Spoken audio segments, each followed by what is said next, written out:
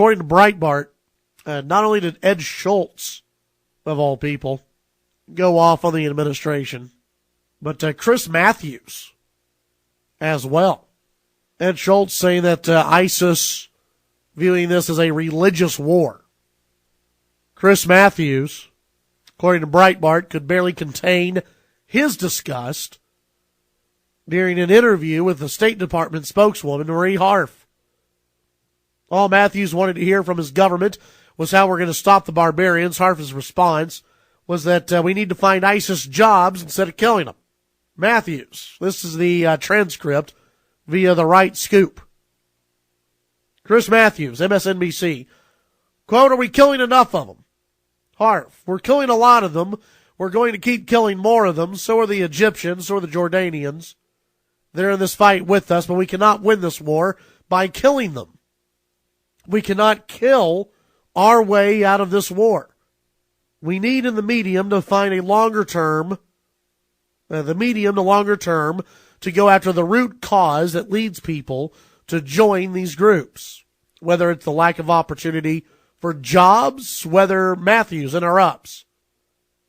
We're not going to be able to stop that in our lifetime or in 50 lifetimes. There's always going to be poor people. There's always going to be poor Muslims. There's always going to be poor Muslims, the trumpet blowing, and they'll join. We can't stop that, can we? State Department. Well, we can work with countries around the world to improve their governance. We can help them build their economies so they have job opportunities for all these people. In his closing editorial, let me finish. Matthews called for action against ISIS, said that America, our country, is being morally humiliated. Oh, my. The shiver down the leg. Chris Matthews, I don't know if he's feeling Obama anymore. I don't know if he's getting that tingle up his leg anymore for Obama.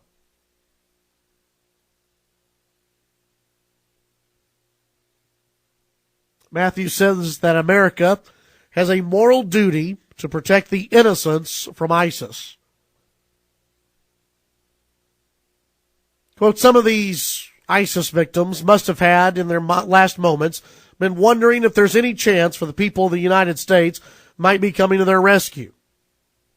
Because that's how we've taught to conduct ourselves. We don't leave people behind. Okay. So if Chris Matthews of MSNBC and Ed Schultz of MSNBC, if they get it, what is going on inside the White House? If you've got two very, very far left liberals looking at the administration like, what is your problem? We have a moral obligation to do something about these people. This is a war based on religion for ISIS. I told you earlier I posted a story on Facebook yesterday from The Atlantic. Great story. Very in-depth. About ISIS and about the thought process behind ISIS. And it just shows exactly how off the mark this administration is. The administration, they don't get it. Or maybe they do and they just don't care. Which is even worse to think about. What would you rather have? An administration that doesn't get it or an administration that just doesn't care? Scary to think about both of them. There are articles today out from CNN, other places, ISIS gaining steam, ISIS gaining momentum. It's going to get worse. And as long as the United States continues to sit on the sidelines, it's going to get much, much worse. The article from The Atlantic, which again, a very in-depth article, It talks about just the history of ISIS. The writer wrote this part. We have misunderstood the nature of the Islamic State in at least two ways. First, we tend to see jihadism as monolithic and to apply the logic of Al-Qaeda to an organization that has decisively eclipsed it. The Islamic State supporters still support Osama bin Laden. But jihadism has evolved since Al-Qaeda. Many jihadists disdain the group's priorities and current leadership. They look at Al-Qaeda as a has-been. You hear the president who keeps saying that ISIS isn't Islam. Now, this is written again by The Atlantic, not a conservative publication. Not the most conservative publication. They've got a few conservative writers. But it's not like we're reading from Red State here. The reality is the Islamic State is Islamic. Very Islamic. Yes, it's attracted to psychopaths and adventure seekers drawn largely from the disaffected populations of the Middle East and Europe, but the religion preached by the most ardent followers derives from the coherent, even learned interpretations of Islam.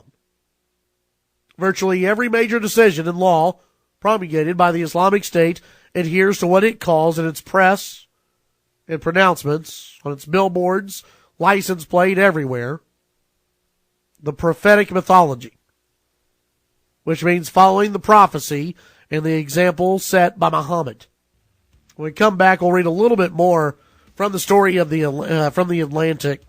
Some very interesting points here. This is a story that you should find, you should read, and you should send it to your friends, especially those more liberal friends out there who believe that we can just go through and we can defeat ISIS by being kind and by not bothering them too much. We'll be right back. 770-5790, toll free, 1-800-687-0790. Back to this article from The Atlantic. The writer of the piece about ISIS wrote this about whether the Islamic State is Islam. Many mainstream Muslim organizations have gone as far to say that the Islamic State is un-Islamic. The writer says, it is, of course, reassuring to know that the vast majority of Muslims have zero interest in replacing Hollywood movies with public executions as evening entertainment, but Muslims who call the Islamic State un-Islamic are typically, as the Princeton scholar Bernard Heikel, the leading expert on the group's theology, told me, quote, embarrassed and politically correct with a cotton candy view of their own religion that neglects what their religion has historically and legally required. The author wrote, every academic I asked about the Islamic State's ideology sent me to Heikel. Of partial Lebanese descent, Heikel grew up in Lebanon and in the United States, talks through his goatee with a hint of a foreign accent. According to Heikel, the ranks of the Islamic State deeply infused with religion. Quranic quotations ubiquitous. Quote, even the foot soldiers spout this stuff constantly, Heikel said. They mug for their cameras and they repeat the basic doctrines in the informatic fashion. They do it all the time. He regards the claim that the Islamic State has distorted the text of Islam as preposterous. Sustainable only through willful ignorance. Well, people want to absolve Islam, he said. It's this Islam is a religion of peace mantra. As if there were such a thing as Islam. It's what Muslims do. It's how they interpret their text. Those texts are shared by all Sunni Muslims, not just the Islamic State. These guys have just as much legitimacy as anyone else. You don't hear that from the White House, do you? The article, again, I mean, it's a very in-depth article. And one I think everyone should read. But it talks about how we're just, overall as a country, we're missing the point of ISIS. And this is why I said yesterday that you can drop a lot of bombs on these people. You're not dealing with Japan in World War II. I've seen a lot of people say that ISIS, they're a lot like the Nazis. Folks, it's different than that. This is religion. For these ISIS fighters, it's not just about one guy being the leader. It's not political. Has nothing to do with politics. For them, this is an ideology. It is a religion. It is an ideology that thinks this is leading up to the end times. And that this is what they are instructed to do from God. That's different than Japan. That's different than Hitler. Hitler hated the Jews. He did. Guess what? ISIS hates everybody. They even hate other Muslims. And it's not one guy leading them. It is how they interpret their religion. And according to every other article today that's out, how many more are interpreting it as well that are joining with ISIS. You've got all this, these stories out about how Jordan and Egypt are fighting back against ISIS. They better be careful, because there are a lot of Egyptians and a lot of Jordanians that believe exactly what ISIS believes. And they're not going to stop anytime soon. You can't negotiate with them. You can't drop 2 bombs on them, and then all of a sudden the leader of ISIS goes, "Oh, we're sorry. We're going to stop now." It's deeper than that. And that's why I personally believe if you're the United States, you have to use more than just air power. And in my opinion, you're not using enough air power as it is right now. Not even close. You want to win?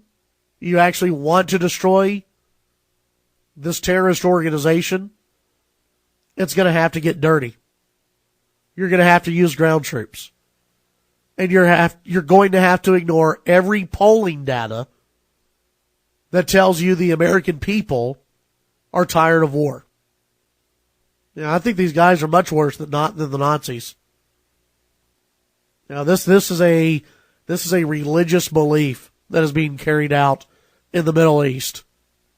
And you have a State Department that thinks, well, all you have to do is create jobs. Now, not great jobs, because remember, you have a president who traveled over to Africa and said, look, we want you to have good jobs. We want you to, think about the American dream and all that, but we don't want you to have air conditioning.